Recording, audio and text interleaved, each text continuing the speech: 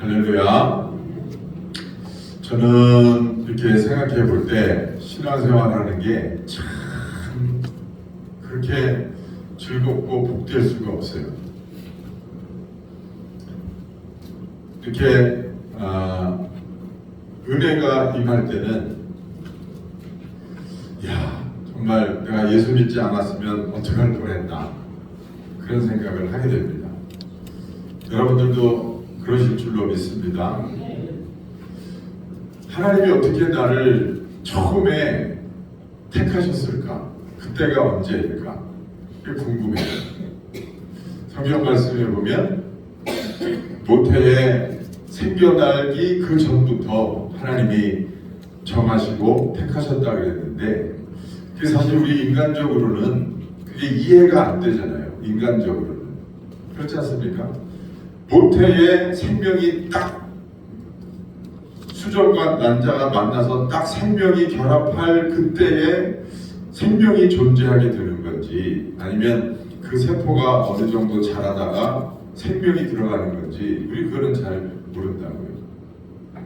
근데 어쨌든 간에 하나님께서 그 전부터 나를 아시고 택하셨다 그랬으니까 어떻게 보면 하나님이 사람을 만드시기 전에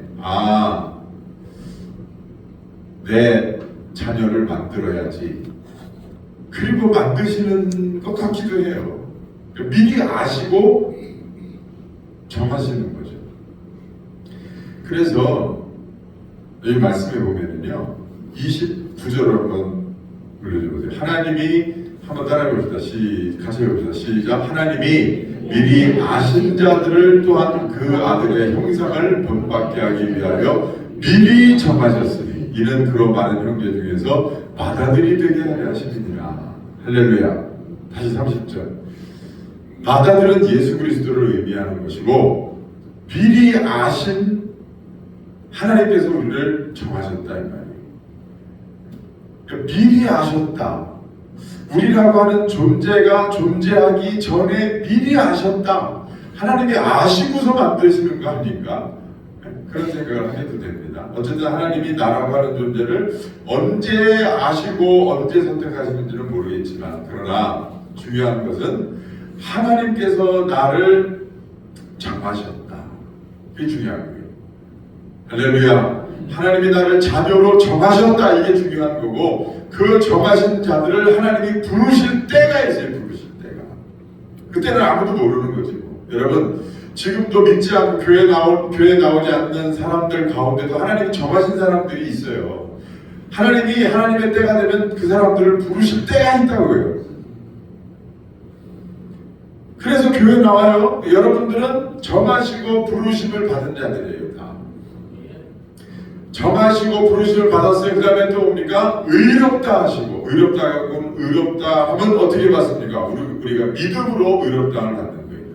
여러분들 예수 그리스도께서 나의 구주가 되심을 믿습니까? 아멘입니까? 예수님이 나를 위해 십자가에서 내 죄를 위해 피 흘려 주신 것을 믿습니까? 아멘 할 수 있는 사람은 정하시고 부르시고 의롭게까지 되는 거예요. 거기가 끝이냐? 아니에요. 영화롭게까지 하시는 거예요. 그럼 우리는 언제 영화롭게 되느냐? 이 세상의 삶을 다 마치고 이 땅에서는 우리가 영화의 맛을 보기는 하지만 진정으로 온전히 영화롭게 되지는 못해요. 왜냐하면 육신의 장막을 가진 존재이기 때문에 우리가 이제 육신을 털어버리고 우리가 하나님의 천성에 들어갈 때 하나님의 나라에 입성할 때 그때 온전히 영화롭게 되는 줄로 믿습니다. 그러니까 하나님이 처음부터 끝까지 우리의 삶을 다 디자인해 놓으신 거예요. 언제 모태에 지으리라, 언제 때가 되면 나오리라, 언제 하나님께서 때가 되면 부르시리라, 언제 믿음을 주어서 의롭게 하시리라, 언제 이 세상의 삶을 마치고 영화롭게 하시리라. 하나님이 다 정해놓으시고 디자인하신 그런 하나님의 계획과 섭리가 여러분들에게 있는 줄로 믿습니다. 제가 식사하면서요, 우리 새신자 이진호 성도님하고 김남규 성도님하고 같이 식사를 했는데 귀한 간증을 들었어요.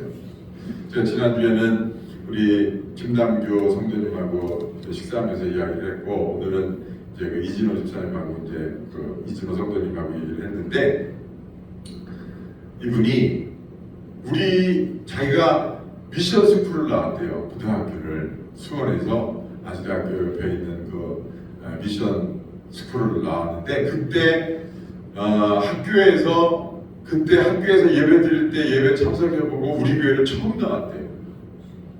처음 나왔대. 근데 우리 교회 와가지고 이상한 경험을 했대요. 예배 드리다가 가슴이 뜨거워지더래요. 아니 신앙생활 해본 적도 없는 사람이 그런 경험을 이야기하는 건 전 처음 들어봐요. 그래서 제가 또 목사잖아요. 의심이 많잖아요. 그래서 꼬치꼬치 캐물었어요. 그랬는데 진짜 같아요. 진짜 같아.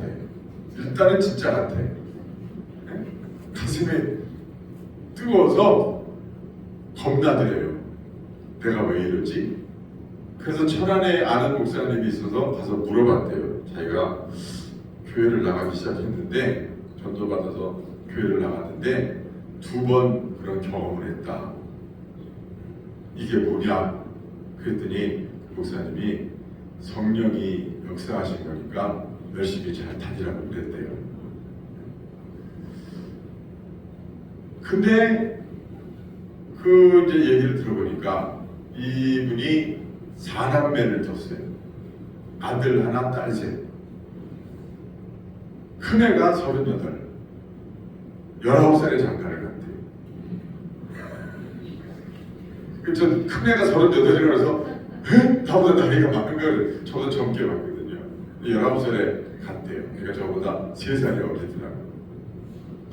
그리고 막내가 딸인데 막내가 21살. 근데 1년 전에 3층에서 추락하는 일이 있었대요. 3층에서 떨어졌으니까 사람이 속아겠어요. 그런데 그렇게 되고 나서 하루에 60만원, 90만원씩 줘가면서 도수 치료를 맨날 받았대요. 그래가지고 3억을 날렸대요. 그러면서 딸이 걸을 수 있게 돼요. 지드람들과 나왔었잖아요. 같이 딸하고 같이 왔어요. 아주 딸도 이쁘더라고요. 막내딸이. 그러니까 그렇게 어려움을 당하면서 교회 나가야 되겠다고 생각을 하고 있던 차에 김세진 집사님이 교회 나가라고 하니까 나왔는데 은혜를 받은 거예요. 할렐루야. 야, 제가 이야기를 들으면서 이 성경 구절 말씀이 생각이 났어요. 제가 참 좋아하는 말씀이거든요. 하나님이 택하신 자를 불러야 되겠는데 워낙 세상 일에 바쁘고 세상에만 관심이 있지 하나님께는 관심이 없는 거예요. 또 하나님이 택하시고 하나님의 때가 됐는데 하나님이 어떻게 부르실 방법이 없잖아요. 그러니까 이 삶의 문제를 탁 던지시는 거예요. 아마 딸이 그렇지 않았으면 아무리 옆에서 전도해도 교회 나올 생각을 못했을 수도 있어요. 제가 보니까 이 양반이 좀 젊은 날 화려하게 좀 보냈던 모습인 것 같아요.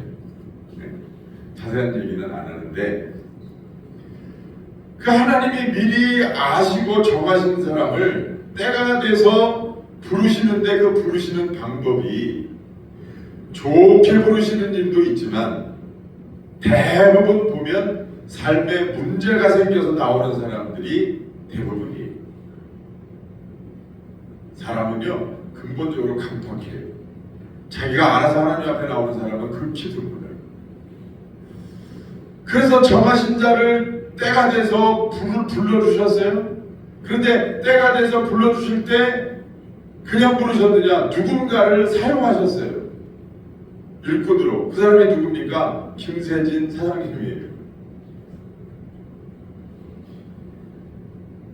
하나님이 하시는 일을 말씀드리는 거예요. 하나님은 인생을 정하시고 하나님이 때가 되면 부르시는데 부르실 때는 고난도 필요하고 부르실 때 사람도 필요하다.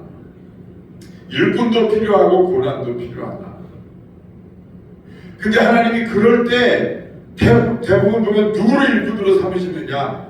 고난의 경험을 겪어본 사람, 은혜 받은 사람 중에 고난의 경험을 아는 사람, 되게 그런 사람들을 통해서 하나님이 부르시는 일들이 많더라고요. 자, 그러면 하나님이 사람을 부르실 때만 고난을 쓰시느냐? 그렇지 않아요. 하나님이 은혜를 베푸실 때 하나님이 그 사람을 갈급하게 만드시고 그 사람을 간절하게 만드시고 하나님이 그 사람을 무릎 꿇리실 때 하나님이 때로는 회초리도 들고 하나님이 때로는 야단도 치시고 하나님이 때로는 삶의 어려움을 주십니다. 만약에 그런 어려움이 없었다 그러면 영영 하나님 앞에 돌아오지 못하는 사람도 있을 거잖아요. 그렇다고 보면 그 고난은 하나님이 차츰차츰 회복하게 하시면 되는 거고, 그 고난이 닥쳤을 때 나중에 가면 이제 고백하겠죠. 아, 제가 그랬어요. 제가 보니까 하나님이 굉장히 사랑하시는 분 같은데 아마 이제 시간이 지나면 지금 그 가슴이 뜨거워지는 그 경험이 얼마나 귀한 경험이고 복된 경험인지 그때 가서 알게 될 겁니다. 그때가 당신의 삶이 바뀌는 때입니다. 천국 가서 아마 그 시간을 기억하게 될 겁니다. 제가 그랬어요. 근데 자기도 모르겠대요. 근데 우리 교회 나오고 나서 삶의 방향이 이렇게 틀어지더라는 거예요. 그러니까 이만큼 왔대요. 자기 말로. 그러면서 이상하게 교회만 나오려고 하면 그 아는 분들이 찾아와가지고 놀러 가자고 그런다는 거예요. 이모, 종, 민 그 부류들이 오늘도 왔더라는 거예요. 그러니까 이 양반도 보니까 노는 걸 좋아하는 분이야. 자기가 딱 얘기했대요. 앞으로 절대 수요일, 주일날은 연락하지 마라. 오늘도 뿌리치고 교회 나왔다는 거예요. 잘했다. 그리고 지금 이만큼 변했는데 틀림없이 이만큼 변할 거다. 방향이 완전히 180도 달라질 거다. 예, 귀한 간증을 들었어요. 너무 행복해요. 목사가 제일 행복할 때가 그럴 때예요. 내가 목회하는 교회에 나와서 그 사람의 삶이 바뀌고 있다. 그 사람의 믿음을 갖고 예수 그리스도를 구주로 영접했다. 그것처럼 좋은 게 없죠. 여러분, 우리의 삶은 하나님이 처음부터 끝까지 디자인해 놓으셨어요. 하나님이 미리 아시고 정하셔서 우리를 이 땅에 보내셨고 또 때가 이름에 하나님이 우리를 부르셔서 하나님께서 의롭게 해주셨어요. 이제 이 인생길을 가는 동안 여러분 이제 우리는 조금도 의심하지 않게 되기를 주의 이름으로 축원합니다. 하나님이 나를 붙들고 계시다. 하나님이 나와 함께 하신다. 끝날까지 하나님이 나와 동행하실 것이다. 여러분 그런 믿음 가지고 크고 작은 어려움 속에서도 믿음으로 그 고비를 잘 뛰어넘고 끝까지 잘 경주해서 주님께 칭찬 듣는 저와 여러분들 다 되시기를 주의 이름으로 축원합니다.